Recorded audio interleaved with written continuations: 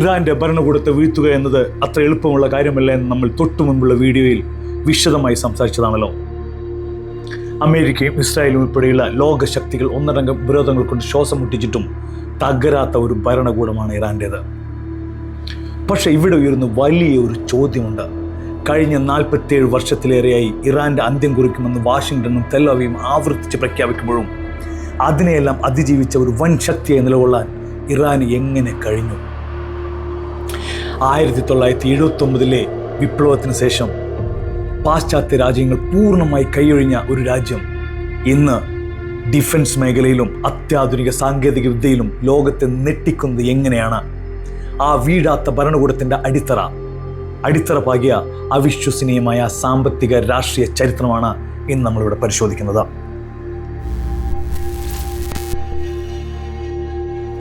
ചരിത്രപരമായ മാറ്റവും പാശ്ചാത്യ സ്വാധീനത്തിൻ്റെ അന്ത്യവും. നമുക്ക് കഥ തുടങ്ങേണ്ടത് 1979 നിന്നാണ്. ആയത്തുള്ള റൂഹുല്ല ഖൊമൈനിയുടെ നേതൃത്വത്തിൽ ഇറാനിലെ ഇസ്ലാമിക വിപ്ലവം നടക്കുമ്പോൾ ഇറാന്റെ എണ്ണ ഉൽപ്പാദനം പ്രതിദിനം 6.1 മില്യൺ ബാരലായിരുന്നു. അന്നത്തെ ഭരണാധികാരിയായിരുന്ന റസ പല്ലവിയുടെ പതനത്തോടെ ഇറാനിൽ നൂറ്റാണ്ടുകളായി നിലനിന്നിരുന്ന പാശ്ചാത്യ സ്വാധീനം ഒരൊറ്റ രാത്രി കൊണ്ട് അവസാനിച്ചു. അമേരിക്കൻ യൂറോപ്യൻ എണ്ണ കമ്പനികളെല്ലാം രാജ്യത്തു നിന്ന് ചവിട്ടി പുറത്താക്കി. അമേരിക്ക 2 അറബിതര രാഷ്ട്രങ്ങൾ ഉപയോഗിച്ച് മധ്യപൂർവേഷ്യ മുഴുവൻ അറബ് രാജ്യങ്ങൾ നിയന്ത്രിച്ചുകൊണ്ടിരുന്നു. അതിലൊന്ന് ഇറാനും മറ്റൊന്ന് ഇസ്രായേലുമായിരുന്നു. ഇതുവരെ ഇറാനിൽ മണ്ണിലിരുന്ന് ഭരണം നിയന്ത്രിച്ചിരുന്ന CIA-യും റസ പള്ളിയുടെ സീക്രട്ട് ഏജൻസി സർവീസ് സെവാക്കിനെ ട്രെയിൻ ചെയ്തിരുന്ന ഇസ്രായേലിന്റെ മൊസാദ് എന്നീ ചാരസംഘടനയുടെ എല്ലാ ശൃംഖലകളും ഇറാൻ മുറിച്ചു മാറ്റി. ഞാൻ നേരത്തെ പറഞ്ഞല്ലോ, 2 എൻറ്റയർഡ് അറബ് റീജൻ അമേരിക്ക കൺട്രോൾ ചെയ്തിരുന്നത് 2 നോൺ അറബിക് കൺട്രികൾ വെച്ചിട്ടായിരുന്നു, ഇസ്രായേലും ഇറാനും.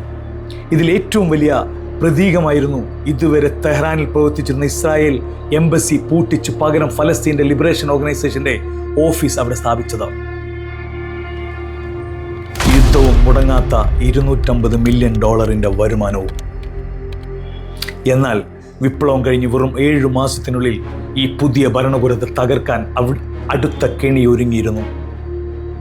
അമേരിക്കയുടെ സൈനിക മിലിറ്ററി സപ്പോർട്ടോടുകൂടിയും സൗദി അറേബ്യയുടെ പരിപൂർണമായ സാമ്പത്തിക സഹായത്തോടും കൂടി ഇറാനെ ആക്രമിച്ചു.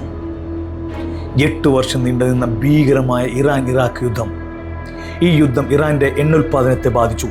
പ്രതിദിനം 5.5 മില്യൺ ടൺ ബാരലുണ്ടായിരുന്ന ഉൽപ്പാദനം യുദ്ധകാലത്ത് 4.1 മില്യൺ ബാരലിലേക്ക് കൂപ്പൂത്തി. എങ്കിലും കടുത്ത പ്രതിസന്ധികൾക്കിടയിലും നിന്ന് പിന്നീട് 6 മില്യൺ ബാരലിലേക്ക് ഡെയിലി ഓയിൽ പ്രൊഡക്ഷൻ ഉയർത്തിക്കൊണ്ടുവരാൻ ഇറാന് കഴിഞ്ഞു.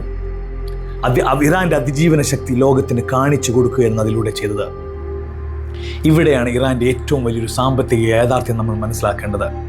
കടുത്ത ഉപരോധങ്ങളിലും 8 വർഷത്തെ യുദ്ധവും നേരിട്ടിട്ടും കഴിഞ്ഞ 39 വർഷമായി ഒരു ദിവസം പോലും മുടങ്ങാതെ പ്രതിദിനം $250 മില്യൺ ഏകദേശം $25 കോടി വരുമാനം സ്വന്തം ഓയിൽ വിപണനത്തിലൂടെ ഇറാൻ രാജ്യാന്തര വിപണിയിൽ നിന്ന് നേടിയെടുക്കുന്നുണ്ട്.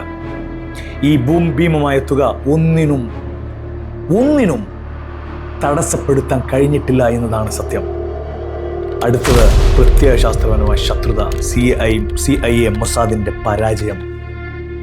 പക്ഷെ ഇത്രയും പണമുണ്ടായിട്ടും ഇറാന്റെ വിദേശ നയം രൂപപ്പെടുത്തിയതിന് സാമ്പത്തിക താല്പര്യങ്ങൾക്ക് മാത്രമായിരുന്നില്ല, മറിച്ച് കടുത്ത പ്രത്യയശാസ്ത്രമായിരുന്നു. വിപ്ലവ നേതാവായ ആയത്തുള്ള ഖൊമൈനിയുടെ ആഹ്വാനപ്രകാരം ഇറാൻ തങ്ങളുടെ ശത്രുക്കളുടെ കൃത്യമായി അടയാളപ്പെടുത്തിയിരുന്നു. അമേരിക്കയെ അവർ വലിയ സാത്താനെന്നും ഇസ്രായേലിനെ അവർ ചെറിയ സാത്താനെന്നും വിളിച്ചിരുന്നു. ഇന്നും പുതിയ ഇറാന്റെ നേതൃത്വത്തിന് കീഴിലും ഈ രാഷ്ട്രീയ ശത്രുതയ്ക്ക് ഒരു മാറ്റവും വന്നിട്ടില്ല. തെരുവുകളിൽ ലക്ഷക്കണക്കിന് ജനങ്ങൾ ഒരേ സ്വരത്തിൽ വിളിച്ചു പറഞ്ഞു, death to America, death to Israel എന്ന സ്ലോഗൻ വൈകാരികമായ ഒരു മുദ്രാവാക്യം മാത്രമായിരുന്നില്ല. Recently the slogan was using very very often. അത് ആ ജനതയുടെ ഉള്ളിൽ പടർന്ന പാശ്ചാത്യ വിരുദ്ധതയുടെ ആഴമായിരുന്നു. ഇറാൻ എന്നും പറയുന്നുണ്ടായിരുന്നു, എന്നും അവരുടെ മെസ്സേജിലൂടെ വെസ്റ്റേൺ ശക്തികൾക്ക് പറയുന്നുണ്ടായിരുന്നു ഈ സ്ലോഗനിലൂടെ, V are ready for the fight. ലോകത്തെ ഏറ്റവും മികച്ച ചാരസംഘടനയായ അമേരിക്കയുടെ CIA-ക്കും ഇസ്രായേലിൻ്റെ മൊസാദിനും ഇറാൻ്റെ സാധാരണക്കാരനായ ജനങ്ങൾക്കിടയിലുണ്ടായിരുന്ന ഈ കടുത്ത ജനവികാരം കൃത്യമായി മനസ്സിലാക്കാൻ കഴിഞ്ഞില്ല എന്നതാണ് അവരുടെ ഏറ്റവും വലിയ പരാജയം. ഇറാനിലൊരു ഭരണമാറ്റം അവർ വിചാരിച്ചതുപോലെ എളുപ്പമല്ല എന്ന് തിരിച്ചറിയാൻ അവർക്ക് വൈകിപ്പോയി. പ്രതിരോധത്തിലെ നിക്ഷേപവും വൻ ശക്തികളുടെ സഖ്യവും എന്നുള്ളതാണ്. അമേരിക്കയുടെ ഇസ്രായേലിൻ്റെയും ജനവികാരത്തെ ഭീഷണിയെയും തള്ളിക്കളഞ്ഞതുമില്ല. ഏത് സാഹചര്യത്തെയും നേരിടാൻ സദാ സന്നദ്ധമായിരുന്നു. അതുകൊണ്ട് തന്നെ തെരുവുകളിൽ ഉയർന്ന ആ പ്രതിഷേധങ്ങളും മുദ്രാവാക്യവും യാഥാർത്ഥ്യത്തിൽ അമേരിക്കയ്ക്ക് നൽകിയ ഒരു കൃത്യമായ സിഗ്നലായിരുന്നു. ഇറാൻ്റെ ശക്തിയും അവരുടെ പോരാട്ടവീര്യം എത്രത്തോളം ഉണ്ടെന്ന് മനസ്സിലാക്കാനുള്ള ഒരു താക്കീത്. മറ്റ് ഗൾഫ് രാജ്യങ്ങൾ തങ്ങളുടെ എണ്ണപ്പണം വലിയ കെട്ടിടങ്ങളും ടൂറിസം പോലുള്ള അത്യന്തര ഇൻഫ്രാസ്ട്രക്ചറുകളായി നിക്ഷേപിച്ചപ്പോൾ ഇറാൻ ഈ $250 മില്യൺ ഭൂരിഭാഗവും മാറ്റിവെച്ചത് ഡിഫൻസ് മേഖലയിൽ ശക്തിപ്പെടുത്താനാണ്. കാരണം ശത്രുക്കളുടെ ഈ ഭീഷണിയെ പ്രതിരോധിക്കാൻ സൈനിക ശക്തികൾക്ക് മാത്രമാണ് പോംവഴിയെന്ന് അവർക്ക് അറിയാമായിരുന്നു. പാശ്ചാത്യ രാജ്യങ്ങൾ തങ്ങളുടെ ഒറ്റപ്പെടുത്തിയപ്പോൾ അവർ റഷ്യയിലേക്കും ചൈനയിലേക്കും തിരിഞ്ഞു. ഈ രണ്ട് വൻശക്തികളുടെ പിന്തുണയാണ് ഇന്ന് അന്താരാഷ്ട്ര തലത്തിൽ ഇറാന് ശക്തമായ നെഗോസിയേഷൻ പവർ നൽകുന്നത്. അതുമാത്രമല്ല, സെൻട്രൽ ഏഷ്യൻ പങ്കാളികളുമായി ഒപ്പുവെച്ച 32 സുപ്രധാന കരാറുകളിലൂടെ അതിസുരക്ഷിതവും അത്യാധുനികമായ സാങ്കേതിക വിദ്യ, അഡ്വാൻസ്ഡ് ടെക്നോളജി ഇറാൻ സ്വന്തമാക്കി. ഈ സാങ്കേതിക വിദ്യ ഉപയോഗിച്ചാണ് ഇന്ന് ലോകത്തെ വിറപ്പിക്കുന്ന മിസൈലുകളും ഡ്രോണുകളും സ്വന്തം മണ്ണിൽ നിർമ്മിക്കാൻ ഇറാൻ പ്രാപ്തനായത്.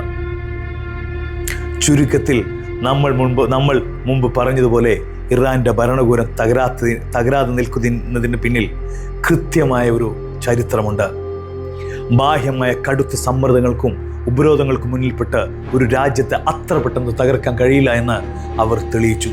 47 വർഷമായി മുടങ്ങാത്ത സാമ്പത്തിക വരുമാനവും